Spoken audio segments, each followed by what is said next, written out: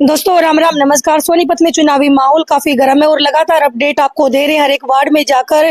तो आज फिर हमारी टीम पहुंची है सोनीपत के वार्ड नंबर 20 में और कांग्रेस पार्टी से सौरभ सचदेवा जी इस वक्त हमारे साथ, जो कि लगातार कांग्रेस पार्टी से टिकट मांगते हुए दिखाई दे रहे हैं। तो चलिए बातचीत करते हैं चुनाव को लेकर, विकास के मुद्दों को लेकर। सर स्वागत है।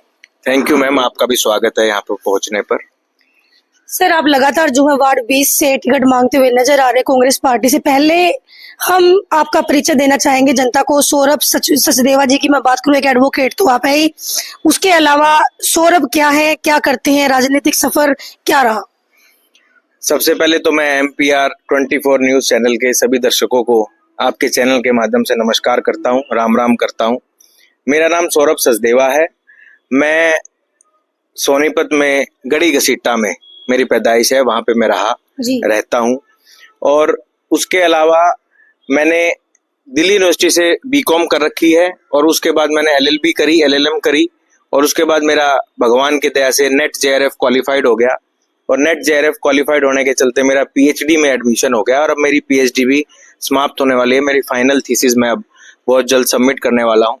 तो ये तो मेरी एजुकेशन क्वालिफिकेशन है। और उसके अलावा चुनावी जो रहा, मैं शुरू से ही मेरे को पॉलिटिक्स में इंटरेस्ट था। मेरा सर्कल ही आसपास का पॉलिटिशियन का बनता रहा हूँ। वैसे तो मैं बहुत आम परिवार से हूँ। मेरे परिवार में ना कभी कोई वकील रहा है और ना मेरे परिवार में किसी ने आज तक पंच का भी चुनाव नहीं लड़ा, किसी ने कुछ नहीं चुनाव माहौल में। वैसे मेरी पूरी एजुकेटेड फैमिली है। उसके बाद मैंने BCom में दिल्ली यूनिवर्सिटी से चुनाव लड़ा और उसके बाद मैंने जब मैं LLB में था, जब छात्र संघ का चुनाव लड़ा, वो चुनाव में जीता हाईएस्ट मार्जिन से। MDU यूनिवर्सिटी में मैं चुनाव जीता है और MDU का ऑफिस पीरियड रहा।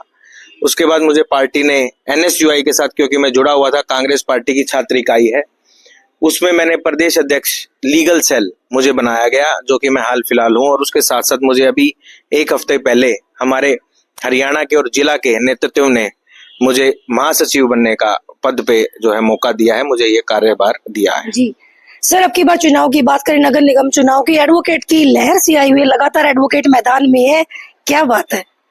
मैम देखो, जो वकील हमारी कौम है, वकील बिरादरी हम बोलते हैं, हमारी जो एकता है, जो हमारा प्रोफेशन है, ये एक रॉयल प्रोफेशन है। इसमें क्या है कि ये संघर्ष से आदमी बनता है। और आप आजादी की लड़ाई में देखो, वकीलों ने आजादी की लड़ाई में कितना महत्वपूर्ण योगदान था। नेहरू जी वकील थे, गांधी जी वकील थे, अंबेडकर साहब वकील थे। आप देखो, उसके अलावा हमारे आज भी आप देखो, चौधरी भूपेंद्र सिंह हुड्डा वकील हैं, चौधरी दीपेंद्र सिंह हुड्डा वकील हैं और भी बहुत सारे हमारे चौधरी धर्मपाल सिंह मलिक सोनीपत से सांसद रहे, विधायक हमारे हरियाणा के पूर्व में प्रदेश अध्यक्ष रहे, वो वकील हैं। तो वकीलों का तो अब संविधान सभा में जो थे उसमें सभी वकील थे। तो ये वकीलों का, क्योंकि एक कानून और राजनीतिक थोड़ा सा एक कहते हैं चाय बिस्कुट का कॉम्बिनेशन है मैम, इसलिए एडवोकेट्स आपको राजनीति में थोड़े ज्यादा मिलेंगे। अगर आप मान लीजिए पार्षद बन जाते, टिकट मिल जाते, जीत जाते, तो जनता को तो जनप्रतिनिधि भी मिलेगा, साथ में एडवोकेट भी मिलेगा। बिल्कुल मिलेगा मैम, ये तो एक के साथ एक मुफ्त है जनता के लिए। और मेरी वकालत, मैं बहुत खुशनसीब होऊंगा कि जहां मैं पैदा हुआ, उन लोगों ने जिन्होंने मेरे को लाड प्यार से पाला पोसा, वो लोग मुझे अगर जिता के भेजते हैं तो ये मेरी बहुत खुश नसीबी रहेगी कि उनकी सेवा में मेरी पार्षदी और मेरी वकालत उनकी सेवा में काम आए, तो मैं अपना जीवन सक्सेसफुल मानूंगा। सचदेवा जी, चलिए आते हैं आपके वार्ड 20 में। वार्ड 20 की बात करें तो पहले भी आपके कांग्रेस के पार्षद रहे हैं नीतू दहिया जी, तो ऐसा क्या सिचुएशन सामने आए कि आप भी जो है कांग्रेस पार्टी से टिकट मांगने के लिए खड़े हो गए हैं? उनके टक्कर में क्या कुछ कमियां जो है नजर आ रही है, क्या हुआ? देखो जी, कांग्रेस का मैं एक कार्यकर्ता हूं। जैसे मैंने बताया, 2012 से मैं कांग्रेस पार्टी से जुड़ा हुआ हूं और मेरा भी अधिकार बनता है कि मैं कांग्रेस से अपनी पार्टी से टिकट मांगू, क्योंकि राजनीति में हर आदमी चुनाव लड़ने तो देखो इच्छुक तो सब में होती है, तो मेरे में भी है। और बात रही, मैंने उनके खिलाफत में टिकट नहीं मांग रहा। जिस दिन ये वार्ड डिक्लेयर हुए कि ये वार्ड जनरल आ चुका है, तो मैंने श्री राजेश दहिया जी से बात करी। मैंने उनको कहा कि अंकल जी, अगर आपका आशीर्वाद हो तो मैं टिकट मांग लूं। तो उन्होंने मुझे कहा कि मेरा आपके साथ आशीर्वाद है, आप मेरे बेटे हो, आपने मेरी मदद कर रखी है चुनाव में, आप टिकट मांगो। और उन्होंने बहुत व्यवहारिक रूप से मुझे एक बात कही कि जिसको भी कांग्रेस की टिकट मिलेगी मैं उसकी मदद करूंगा। तो मेरे को उनकी बात बहुत अच्छी लगी और मैं उनके कोई खिलाफ में टिकट नहीं मांग रहा, मैं पार्टी से टिकट मांग रहा हूँ। और मैं भी ये बात आपके चैनल के माध्यम से कहता हूँ, मेरी पार्टी जिसको भी आशीर्वाद देकर, टिकट रूपी आशीर्वाद देकर भेजेगी, मैं अपनी पार्टी का सिपाही होने के नाते, एक महासचिव होने के नाते, मैं अपने वार्ड में, अपने सोनीपत में अपनी पार्टी का झंडा फहराने का काम करूँ। अच्छा, एक बात और मैं आपको बता दूं, अभी आरटीआई भी हाथ में लेकर बैठे हुए हैं, इनका भी जिक्र हम बाद में करेंगे, लेकिन एक जानकारी और मैं आपको दे दूं, जब सोनीपत में वार्ड बंदी हुई तो कोर्ट में केस करने वाले भी सचदेवा जी हमारे रहे हैं।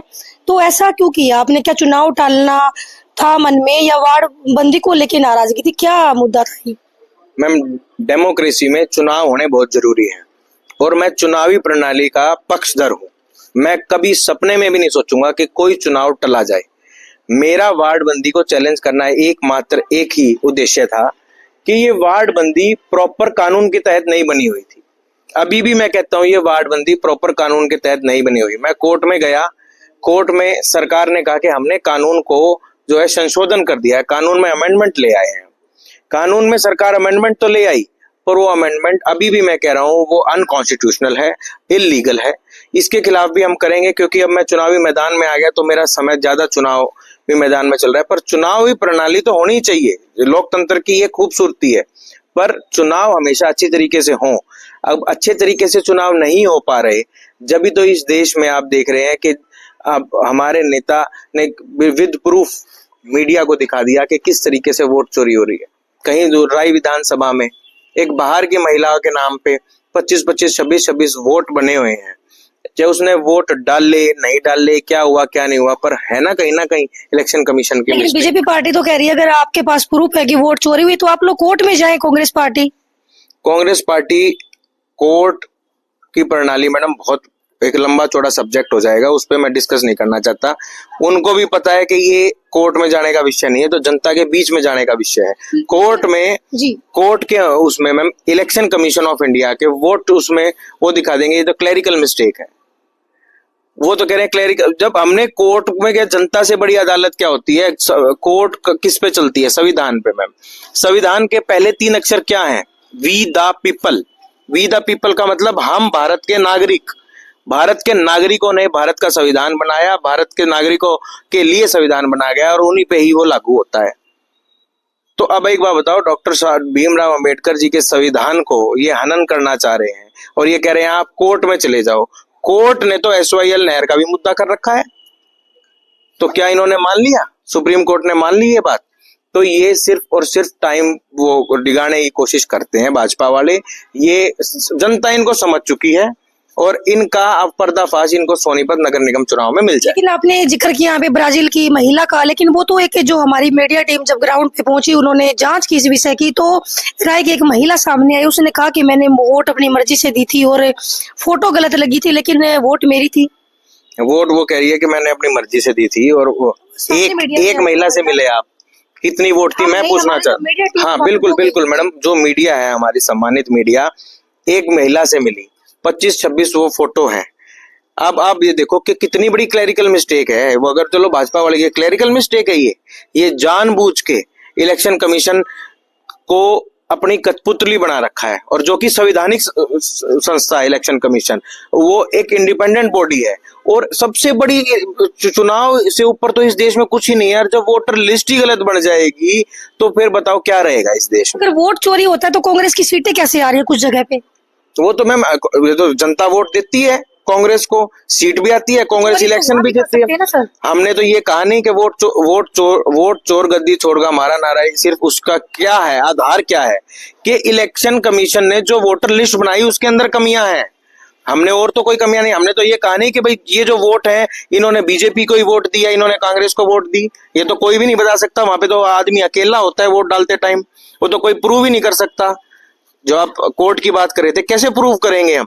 पर सवाल ये है कि आपकी लिस्ट में कमियां हैं, आप ये क्यों नहीं कहते हाँ ठीक है ये लिस्ट में हमारी कमी है, इसको कमी को सुधारेंगे, उल्टा चोर कोतवाल को डांटे। ये तो ये यहाँ पे तो ये कहानी हो रही है। इसलिए मीडिया में तो बताया गया था कि वो मुद्दा जो सारा मामला झूठा पाया गया। काफी लंबा विषय, अगर वोट चोरी पे हम आगे तो काफी लंबा विषय जो है यहाँ पे हो जाएगा। चलिए आते हैं आपके वार्ड नंबर 20 में।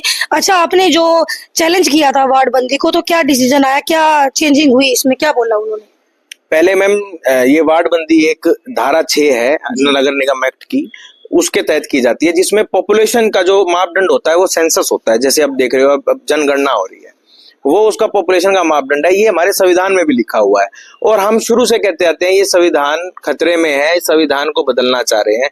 इन्होंने नगर निगम एक्ट को बदल के और उसके अंदर कह दिया कि हम चुनाव की जो पॉपुलेशन की जो प्रणाली देंगे वो हमारे मापदंड होगा फैमिली आईडी। अब बड़े सोचने का विषय यहाँ पे ये आ जाता है, बहुत गहरा विषय और बहुत सीरियस इशू मैं यहाँ पे जनरेट कर रहा हूँ और जनता इस चीज को समझेगी कि फैमिली आईडी का एक्ट खुद बोलता है कि ये आईडी कोई परमानेंट नहीं है, आपकी मर्जी, आप बनवाओ या मत बनवाओ।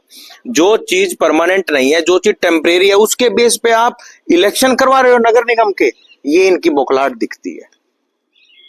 जी, लेकिन सर जिस तरीके से कांग्रेस पार्टी जो बीजेपी पर आरोप लगाती है, लेकिन अभी बात करें तो निगम की बात करें तो 9 महीने पहले मेयर आपकी कांग्रेस पार्टी से थे, जो भी हमारे विधायक है बीजेपी पार्टी में, और विधायक आपके सुरेंद्र पवार थे। तो तब ऐसा विकास क्यों नहीं हुआ जो अब जादू हो जाएगा? देखो, जिन विकास कार्य की बीजेपी बात करती है वो 9 महीने में तो हो नहीं गई। 9 महीने में कोई जादू की छड़ी तो चल नहीं गई। उससे पहले भी जो हमारे मेयर थे कांग्रेस की, 2020 में मैंने उनकी मदद करी थी, सुरेंद्र पवार जी की भी, उन्होंने मिलके जो विकास कार्य है, नगर निगम का एक अपना फंड होता है, उसका फंड तो ये कह देते हैं कि भाई पक्ष सत्ता में होगा उसी को ही बनाओ, ऐसा कुछ नहीं है। नगर निगम का चाहे कोई भी मेयर बने, चाहे कोई भी पार्षद बने, चाहे सत्ता का हो चाहे निर्दलीय बने, नगर निगम का अपना एक पर्सनल फंड है और उसी के अंदर से नगर निगम के विकास कार्य होते हैं। और मेन बात है, सबसे बड़ा क्वेश्चनेबल पॉइंट यहाँ पे ये है मैम कि नगर निगम में सारी ठेका प्रणाली है, नगर निगम कुछ नहीं करता, ठेकेदारों को कर दिया। ठेकेदार क्या माल लगाते हैं क्या नहीं लगाते, ये हमारा दायित्व तो बनता है। और मेरे को, अगर मेरी जनता ने, मेरे परमपिता परमात्मा ने मौका दिया तो मैं बिल्कुल वॉच डॉग की तरह एक एक पॉइंट पे, एक एक मेजरमेंट पे ये देखूंगा कि जो भी मेरे वार्ड में टेंडर लग रहा है उसका क्या क्वालिटी है, वर्क ऑर्डर में क्या लिखा हुआ है, वो प्रॉपर मापदंड, मैं हर चीज को समझता हूँ, वो प्रॉपर मापदंड मैं लेके जाऊंगा और एक एक चीज उसको तरीके से काम करवाने का काम करूंगा। और आप देखना कि काम कैसे कराया जाता है। बहुत आसान है काम कराना, चोरी करना बड़ा मुश्किल है, बहुत चीज छुपानी पड़ती है। काम कराना तो बहुत आसान बात है, जहां पर इतना मसाला लगना है और वहां पे इतना लग जाता है। इतना लगवाना क्या है, एक बार लग के खत्म, वो इतना लगा के वो चीज 10 बार ही छुपानी पड़ेगी। तो मेरा तो ये मानना है कि मैं एक युवा लड़का हूं, मेरी 30 साल उम्र है। आज से अगर मेरे को मौका मिलता है तो आज से 5 साल बाद मैं मात्र 35 साल का होऊंगा, मेरी जिंदगी नहीं बीत जाएगी। मेरे को इस चुनाव में पार्षदी दिखानी है कि पार्षद एक अच्छी छवि का हो सकता है, एक युवा हो सकता है। मेरे ऊपर सिर्फ पार्षद बनने का नहीं, मेरे ऊपर युवाओं को राजनीति में लाने का भी एक, मैं चाहता हूं कि मैं एग्जाम्पल बनूं कि आम घर के युवा भी राजनीति में आए। हम सोच लेते हैं राजनीति गंदी है, राजनीति के बिना कुछ नहीं है इस देश में। सर लेकिन मैं एक सवाल आपसे यहाँ पे ये करना चाहूंगी, लगातार देखिए चुनाव के दौरान तो सभी नेता, चाहे बीजेपी पार्टी के कहें या कांग्रेस पार्टी के, काफी वादे उनके द्वारा जो है किए जाते हैं कि भाई हम ये करेंगे वो करेंगे, लेकिन जो बेसिक मूल, जो हमारी बेसिक वो आवश्यकताएं होती है, जैसे सीवर, सड़कें, पानी, सफाई, इन्हीं में अटके रहते हैं नेता लोग। मतलब ऐसा क्या है, कांग्रेस पार्टी भी का भी राज रहा, बीजेपी पार्टी का भी चल रहा है करंट में, तो मतलब कहाँ सिस्टम फेल हो रहा है? मतलब पार्षद की कमी मानते हैं, सरकार की कमी मानते हैं, किसकी कमी मानते हैं आप यहाँ पे? यही तो मेरा मुद्दा है कि हम आज 2026 में बैठे हैं, हम आज भी कहते हैं, हम आज भी वार्ड के चुनाव लड़ेंगे तो हम कहेंगे कि हम पानी की समस्या को दूर करेंगे, हम सीवर की समस्या को दूर करेंगे, और कहना पड़ता है क्योंकि समस्या है और वही दूर नहीं होती। और वो दूर करने का एक तरीका है, वो तरीका ढंग से अपनाया नहीं जा रहा। यही मैंने आपको बताया कि जो लोग काम करते हैं, निगम तो काम करती नहीं, ना काम देखती ठेकेदारों का। वो जो समस्या है, वो जो टेंडर पास हुआ है, वही ढंग से अगर इम्प्लीमेंट हो जाए तो पूरा लाइफ टाइम लोगों की समस्या खत्म हो जाएगी। एक बारी थोड़ा सा टाइम तो लगेगा, पर एक बारी सभी को ईमानदार होना पड़ेगा। सबसे मेन बात जो है, बेईमानी से काम नहीं चलेगा नगर निगम। तो इसमें पार्षद की गलती मानते हैं? जो आपके वार्ड में समस्याएं जो ये बनी हुई हैं, गलियों की सफाई को लेकर कहे, सीवर को लेकर कहे, पानी को लेकर कहे, किसकी गलती मानते हैं, पार्षद की या सरकार की? ये पूरी की पूरी गलती पार्षद हमारे, देखो 44 काम करे मेरे पास, उनकी पूरी काम की लिस्ट है, उन्होंने बहुत काम करवाए वार्ड में। पर अब सबसे मेन बात यह है कि उनसे जितना हुआ उन्होंने धरना भी दिया, उन्होंने मुद्दे भी उठाए, उन्होंने कहा भी कि भ्रष्टाचार चल रहा है निगम में। पर ये गलती किसकी है? गलती सरकार की है। नगर निगम एक्ट में कमिश्नर के पास पूरी पावर है, वो उन्होंने क्यों नहीं लगाम लगाई? उन्होंने अगर प्रॉपर्टी आईडी के ऊपर एक याशी कंपनी को, इन्होंने राजस्थान की कंपनी को प्रॉपर्टी आईडी बनाने के लिए दे दिया, प्रॉपर्टी आईडी सबको थमा दिया, सब अपना अब झोला उठा के घर का एक आदमी नगर निगम के चक्कर काटता रहता है, और नगर निगम के चक्कर काटने में सारा दिन उसका लग जाता है, पर उसकी प्रॉपर्टी आईडी ठीक नहीं होती। लेकिन सर सवाल फिर यही पे वही आता है कि मेयर तो आपके थे पहले कांग्रेस पार्टी के, पार्षद भी आपके थे, तो कमी किसकी? देखो, मेयर भी हमारा था, सीनियर डिप्टी मेयर भी हमारा था, डिप्टी मेयर भी, आपके थे, विधायक भी हमारा था, और अभी करंट में सांसद भी हमारा था। तो आप ये देखो कि सोनीपत नगर निगम में कितना बजट पास हुआ, कितनी गलियां बनी, कितने सीवरों का काम हुआ, दुनिया भर का काम हुआ। बस सवाल मैं दोबारा यहाँ पे ये ले आता हूँ कि मैडम, जो ठेकेदार की कमी है उसके ऊपर लगाम लगाने की बात है, और ये सिर्फ धरने प्रदर्शन से नहीं होगा। मैं आपने जैसे कहा कि इस वार्ड को एक पार्षद के साथ साथ एक वकील भी मिलेगा, मैं इनको अभी बड़ी बात तो बोलता नहीं, पर मेरे वार्ड का अगर काम नहीं हो, अगर भगवान ने मेरे को मौका दे दिया, तो मैं इनको हाईकोर्ट के इतने चक्कर कटवा दूंगा। मैं सिर्फ पार्षद नहीं, मैं वकील भी हूँ। ये नगर निगम सोच ले कि सौरभ सचदेवा जिस दिन नगर निगम में आ गया, तो उस दिन और कोई काम किसी का हो या ना हो मेरे को नहीं पता, मेरे वार्ड का काम 100% मुझे चाहिए। लेकिन अभी करंट में बात करें तो सरकार जो है बीजेपी पार्टी की है, तो बीजेपी पार्टी का कैंडिडेट भी जरूर मैदान में उतरेगा, और अभी जो पहले बात करें तो आपकी पार्टी की जो है पार्षद रही है, तो ऐसे में जनता क्या दोबारा कांग्रेस पार्टी के जो कैंडिडेट है उस पर भरोसा कर पाएगी? देखो, ये पार्षद का चुनाव भाईचारे का चुनाव होता है।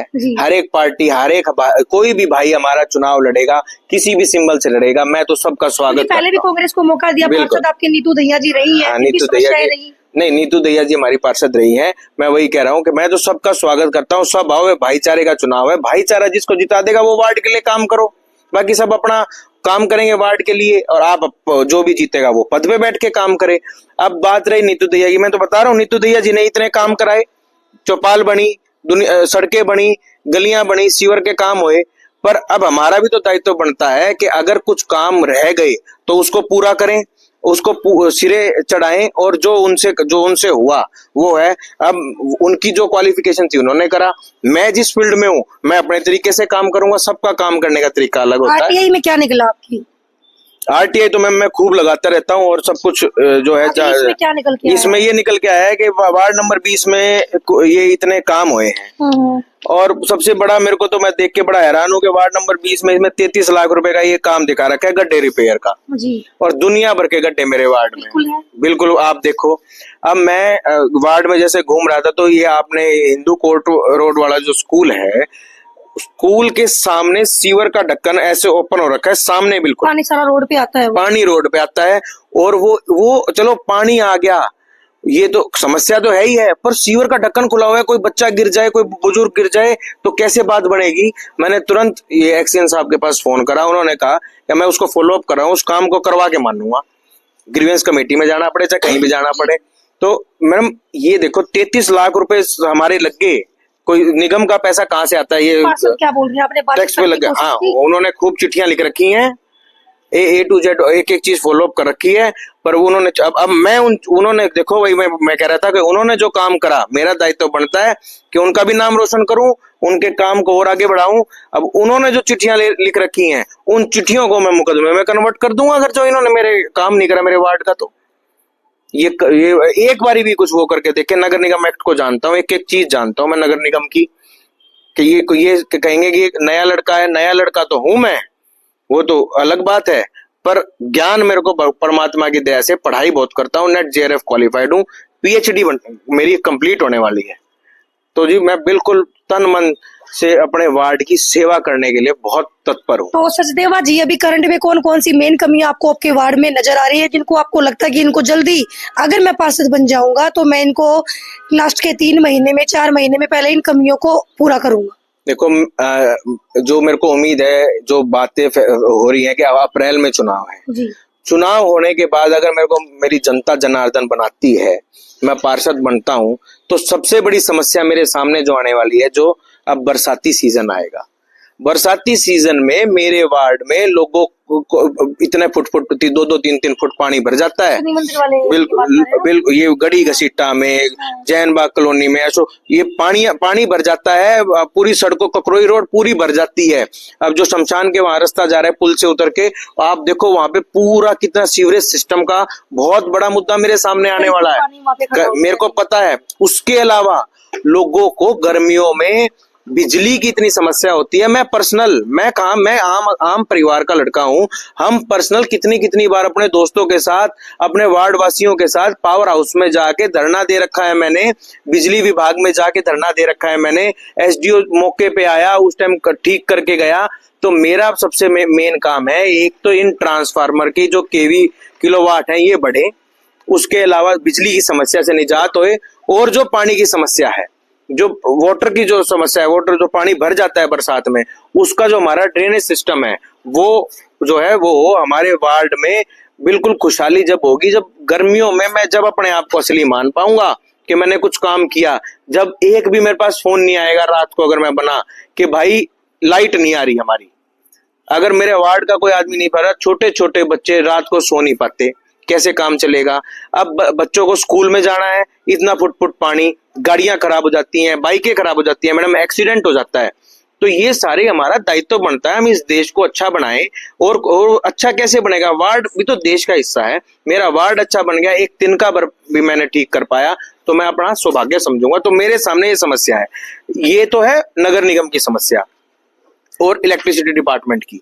दूसरी मेरे सामने और मेरे वार्ड वासियों के सामने इन फ्यूचर एक समस्या आने वाली है, जो मेरे को अभी आभास हो रहा है उस समस्या का, कि नगर निगम अब यहां से रेलवे रोड से उठ के सेक्टर 7 में बिल्डिंग बन रही है और बन के तैयार हो रखी है।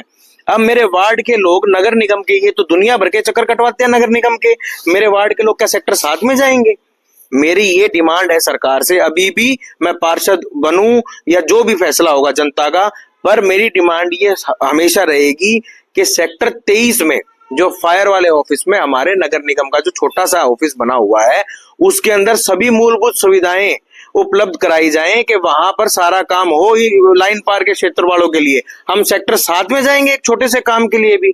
तो मेरे को तो ये बहुत सारी समस्या भी मैं आकलन कर रहा हूं, ये सारी समस्याओं को एक एक करके तरीके से कानून के हिसाब से इनका समाधान करने के मैं पूरा प्रयास करूंगा। महिलाओं के लिए, बच्चों के लिए, जो खिलाड़ी होते हैं हमारे, उनके लिए, बुजुर्गों के लिए क्या कुछ सोच रखा आपने वार्ड के? बिल्कुल सोच रखा है जी। मैं आपको बताता हूँ, हमारे वार्ड में स्कूल है, मैदान स्कूल है, सरकारी स्कूल है। सबसे बच्चों के लिए वो स्कूल ठीक होए, सबसे अच्छी चौपाल है, वहां पर ई लाइब्रेरी बने।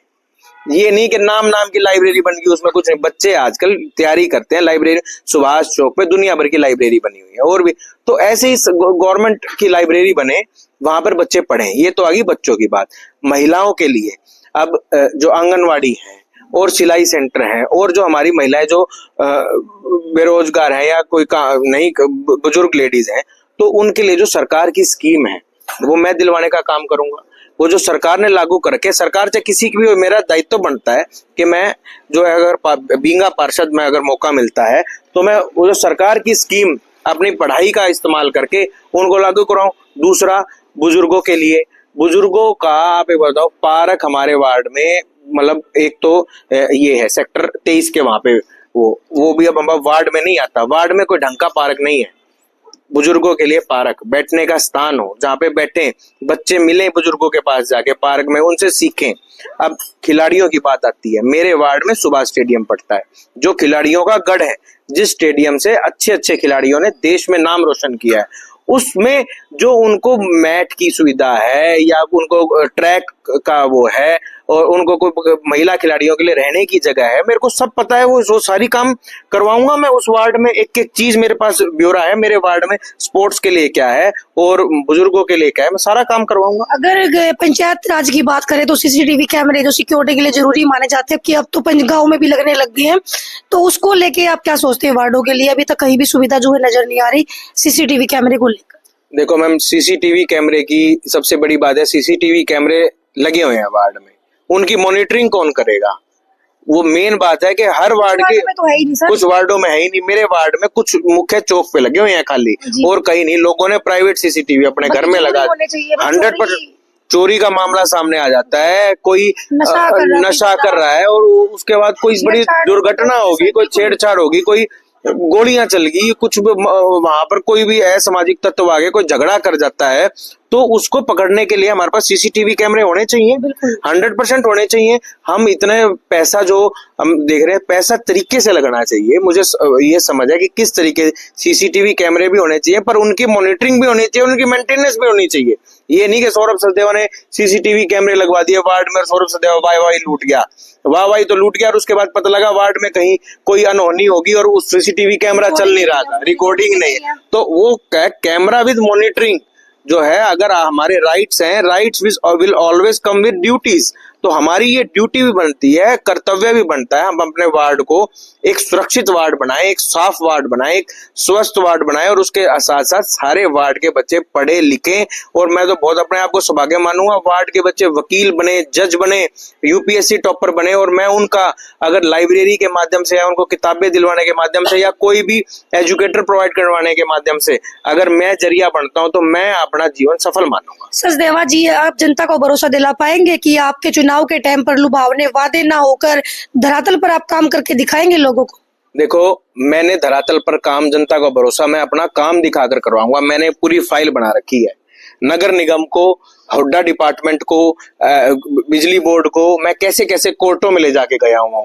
मैप्सको का मैंने काम करवा रखा है, उसकी आरडब्ल्यूए का मैं वकील हूँ, पार्श्वनाथ की आरडब्ल्यूए का मैं वकील हूँ, ओमेक्स की आरडब्ल्यूए का मैं वकील हूँ, और वर्धमान की आरडब्ल्यूए का मैं वकील हूँ। यहाँ पे जितनी भी आरडब्ल्यूए बनी है, लगभग जो है, मुझे ही वो मौका मिला है उनका वकालत करने का, और उनकी सारी वो गवाही देंगे मेरे वार्ड में आके कि भाई हमने इनको वकील करा और इन्होंने हमारा काम कराया। और आज मैं वार्ड का पार्षद बनने जा रहा हूँ, वार्ड की नुमाइंदगी करने जा रहा हूँ। ये नुमाइंदगी जब से मैं वकील बना, पहले तो मैं अपने क्लाइंट की करता था, आज मुझे मौका मिलेगा कि मैं अपने वार्ड की नुमाइंदगी करूं। और उसके साथ साथ वार्ड में मैंने पहले भी ककरोई रोड जब बनी थी, मैंने हरियाणा ह्यूमन राइट कमीशन में केस डाला था, और वार्ड की जितनी भी गलियां टूटी हुई थी, हरियाणा ह्यूमन राइट कमीशन में केस डाला था। नगर निगम के सारे अफसर मैंने वहां पे कोर्ट में खड़े हुए देखे हैं, और मुझे खुद कहते हुए देखे हैं कि हम ये आपका काम करा देंगे। तो मुझे अपने ऊपर विश्वास है, और मुझे क्योंकि अपने ऊपर विश्वास है, ये भी विश्वास है कि मैं अपनी वार्ड की जनता जनार्दन को ये विश्वास दिला पाऊंगा कि मैं आपका काम जो है बहुत अच्छे से आपकी दी हुई जिम्मेदारी निभाने का पूरा प्रयास करूंगा। अगर मुझे मेरी पार्टी मौका देती है और उसके बाद मेरी जनता मुझे मौका देती है, तो मैं खूब भ्रमक प्रयास करके इस काम को सिरे चढ़ाऊंगा, और ताकि 5 साल बाद ये कह सकें कि मुझे भी अच्छा लगे और मेरे परिवार को भी, मेरे वार्ड को भी अच्छा लगे। पूरे 22 के 22 पार्षदों में नंबर 1 पार्षद हमारा सौरभ निकला। बहुत बढ़िया। अब आखिरी सवाल, उम्मीदवार तो और भी हैं, आपको ही टिकट क्यों? उम्मीदवार और भी हैं जी, टिकट जिसको मिलेगी मैं उसकी मदद करूंगा। मेरे को टिकट क्यों? इसलिए क्योंकि मैं अपने कुनबे का सबसे छोटा हूँ, महासचिव हूँ, NSUI से निकला हूँ, छोटा का हक ज्यादा होता है। इस बारी मेरी है, जितने मेरे बड़े हैं मेरे को आशीर्वाद दो, मैं आपके कहे अनुसार चलूंगा, वार्ड का काम करेंगे, सब कुछ मिल के वो करेंगे। मैं अपनी टिकट इसलिए मांग रहा हूँ क्योंकि मैं जो है कांग्रेस पार्टी का एक लॉयल सिपाही हूँ। विपरीत परिस्थितियों में भी मैंने पार्टी को छोड़ने का काम नहीं किया। मैं पार्टी के हर एक कार्यक्रमों में जाने का काम करता हूँ, और पार्टी के साथ बहुत टाइम से जुड़ा हुआ हूँ, और उसके साथ साथ वेल क्वालिफाइड हूँ, PhD कर रहा हूँ, वकील हूँ। वो सारी चीजें अगर देख के मुझे अगर उनको लगता है, तो मैं ये मानता हूँ कि भाई इन सारी चीजों में मैं टिकट का दावेदार अपने आप को मानता हूँ। अब 2 सवाल मैं और कर ही लेती हूँ आपसे लास्ट में जाते जाते। बीजेपी पार्टी की बात करें तो एक लहर जो है लोगों में नजर आ रही है, तो कितना कॉन्फिडेंस है आप जीत को लेकर? अगर टिकट आप ले आते हैं तो कितना कॉन्फिडेंस है? मुझे तो पूरा कॉन्फिडेंस है। अगर मेरे को जो टिकट मिल गई, मैं वहां पे पला बड़ा हूँ, मेरे को लोग जानते हैं। आप देखना, मेरे से ज्यादा खुशी मेरे लोगों को, जो मेरे साथी हैं, जो मेरे साथ बैठते हैं, और मैं बड़ों में ज्यादा बैठता हूँ। मेरे साथी, मेरे हम उम्र मेरे दोस्त बहुत हैं, पर 80-80 साल के हमारे बुजुर्ग, 70-70 साल के, 50 साल के जो हैं अंकल, वो बहुत मेरे दोस्त हैं। और आप देखना कि उनमें एक उमंग आएगी कि भाई हमारे बच्चे को टिकट मिल गई, और उनमें भी ये विश्वास है कि सौरभ को टिकट मिल गई, तो सौरभ फिर एक बार ही बन गया तो इनके नाक में दम कर देगा, किसी की समस्या दूर ना हो ऐसा हो नहीं सकता। अब बिना पावर के, बिना पार्षद बने जब ये कोर्ट में करवा देता है, जब तो इसके हाथ में हाउस में जाने की पावर हो जाएगी, हाउस में मुद्दे उठाऊंगा, रिक्वेस्टिंग मोड में मुद्दा उठाऊंगा, बहुत बढ़िया। बहुत ये तरीके से तो बहुत मैं अपने लोगों को खुश रखूंगा। चलिए चर्चा को ये समाप्त करते हैं, सवाल तो और भी है लेकिन वो आगे के लिए छोड़ देते हैं। फिलहाल वार्ड नंबर 20 की बात करें तो सौरभ सचदेवा जी जो कि एडवोकेट है, काफी स्ट्रॉन्ग उम्मीदवार जो है नजर आ रहे हैं। अब ये तो पार्टी के ऊपर डिपेंड करेगा कि किसको मैदान में जो है पार्टी उतारेगी और किसको जनता का समर्थन अब की बार मिलेगा। तो लगातार अपडेट के लिए बने रहे मेरे साथ। जय हिंद, जय हरियाणा, जय भारत।